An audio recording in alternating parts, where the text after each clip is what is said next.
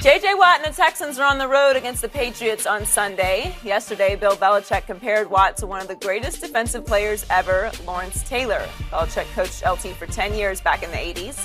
Let's take a listen. What are the specific characteristics Watt has that Lawrence Taylor had that made him so great? Motor, effort, strength, quickness, instincts, the ability to make game-changing plays at critical times in the game. Knowing when the big play, critical third down or fourth quarter play or red area play, knowing those critical plays in the game. And as good as Taylor would play all game, that was a time when, he would play at his best. We're joined by former NFL defensive coordinator Rob Ryan. Welcome, Rob. Good morning. Great to be here. Another snazzy jacket today. Thank you very much. Like it. It's my style. That's Paisley, yes, sir. Yes. Is this a valid comparison? Yeah, I think, man, Bill sounded really enthusiastic on that. But, he does this. This will be something he does, especially early in the year. He's playing against a great player. He'll bring that up to the media, and everybody will be attracted to that conversation. And there's no talk about the New England Patriots at all. When we played him in Buffalo, it was about Lorenzo Alexander, biggest comeback player of the year. My guy's the best player in the game right now. And I'm telling you, it's what he does. But the thing is, it's true. I mean, J.J. Watt has changed the game, on defense. He is a dominant football player. He's got a unique ability, like Lawrence Taylor could freeze a back and get, he'd get to the quarterback every time, something he did. No back could ever block him. J.J. Watt has a unique ability to swat the ball. Like he's always done that. He's done that better than any player that's ever played the game. Besides all the sacks where you can line him up at every position, right tackle, left tackle, end, middle linebacker. He stands up, he moves around. I mean, he's difficult. Mike Vrabel does a great job of moving him around. And again, honestly, he probably is the most dominant player in defense right now.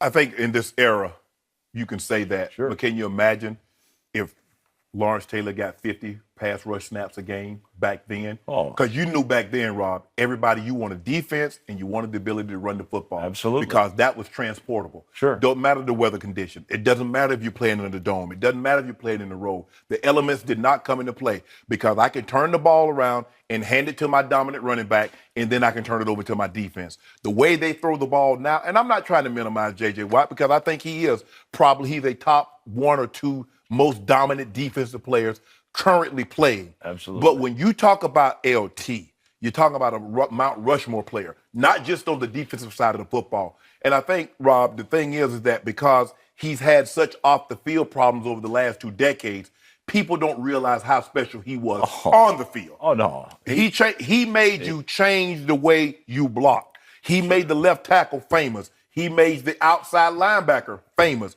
Joe Gibbs put the H-back position in to deal with that guy. When they'll change their entire offense for this one guy, that lets you know just how special he was. J.J. Watt is the most dominant. I'll go looking at what he's done since he's come into the league in 2011. He is the most dominant defensive player. But I'm not ready to say does he have a motor? Absolutely. Does he play with pad level? He has great leverage. But they don't give him the attention. I don't see a whole lot of double teams on him. You let LT go one-on-one against your back, a tight end or your tackle, you was asking for your quarterback to get hit in the back of his head. That's what you were asking for. Sure. Yeah, the big thing is, I agree with you 100%. There's been one LT. But to me, the best player on defense since he's been here, just like you said, is J.J. Watt. But he does change the game. He does change the game. Believe me, you're in there scheming up ways to double-team J.J. Watt. Right. The toughest thing is you got to find them because they start moving them in different places. Right. And that causes problems. Look, the Buffalo Bills played J.J. Watt. They slid the protection wherever he was. Right. 99. Whoops. Slide left. Oh, he moved to the right. Hey, slide right. They're going to, he still affects games, which LT obviously did. He tilted the field.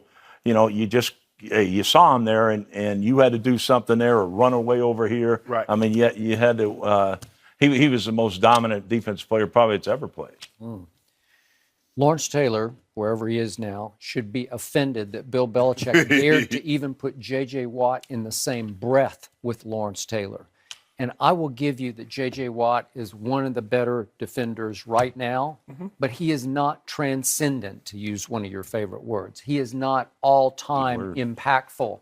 He's not that guy. He's not that guy. No. That guy was scary dominating. That guy terrorized offenses. That guy you could scheme for, and you just couldn't block him. Sure. And he took games over to quote Bill Belichick, he made game-changing plays at crucial points.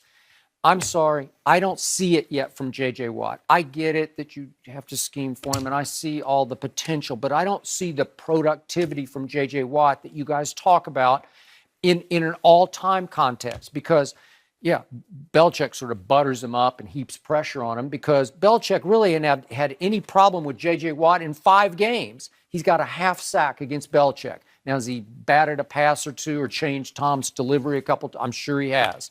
But in those games, 5 times against the vaunted Houston Texans defense led by J.J. Watt, New England has scored 42, 41, 34, 27, and 27. So they're not having any problem. And remember, now you've got Jadeveon Clowney, who's, I don't know, I think you got to account for him. Of course. And Merciless he's pretty good.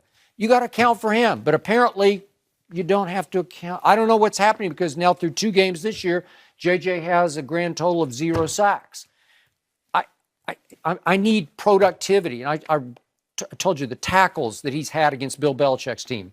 5 games so far against the Patriots, he's had 4 tackles, 4, 5, 3, and 2. It's not like I look at the stat sheet and say, my God, he took the game over. Do I remember him changing any of those? I do not. So Lawrence Taylor in his career was 10-5 in the playoffs, and he lost 3 times to a dynastic 49ers team in San Francisco, twice to Montana, once to Steve Young. And then the other time he lost, you know this team, he lost to the 85 Bears in Chicago to your father.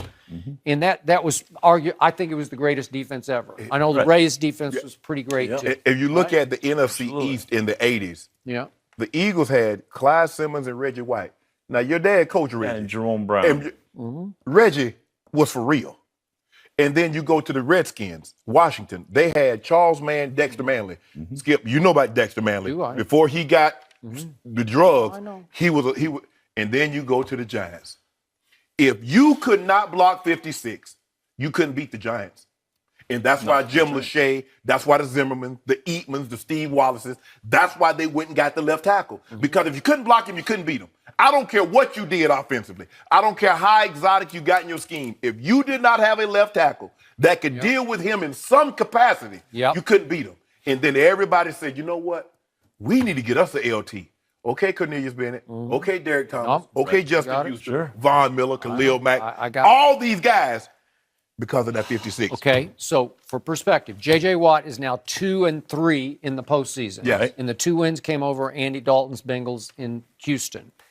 I don't know. I don't know. I don't see it yet. I don't see game changing. I mean, hasn't this guy been the defensive MVP for about 3 years in a row? Yep. So, I mean, obviously, maybe he's playing the best pretty darn we well. have now. But I think like, the stats you're talking about against New England, trust me, they schemed for this guy. Yeah. They've got Dante Scarnecchia over there, who's outstanding. The first thing they're going to do is, we got to block 99. Okay. That's what they got to do. So they'll figure out a way to do it. That happens. That does happen, and they're successful. But he does this to everybody. But the thing he's doing now, he's deflecting. Not one person is talking about the New England Patriots, and that's how he likes it. And Bill's going to say, and that's the thing. If you just got one guy that he fears, he'll take him away. The thing that happened in the AFC Championship, he had Von Miller. He also had Derek. He had D. Ware. He also had Wolf and Malik Jackson. He also had a mess of an offensive line without Dante Scarnecchia. Absolutely. Yeah. But even if you got great coaches, make a difference. And Rob, I think we're going to look for a clip of Bill Belichick sounding enthusiastic. He's kind of just always his tone. Even if he's praising him. I know. Are the Rams legit playoff contenders? We'll discuss that next.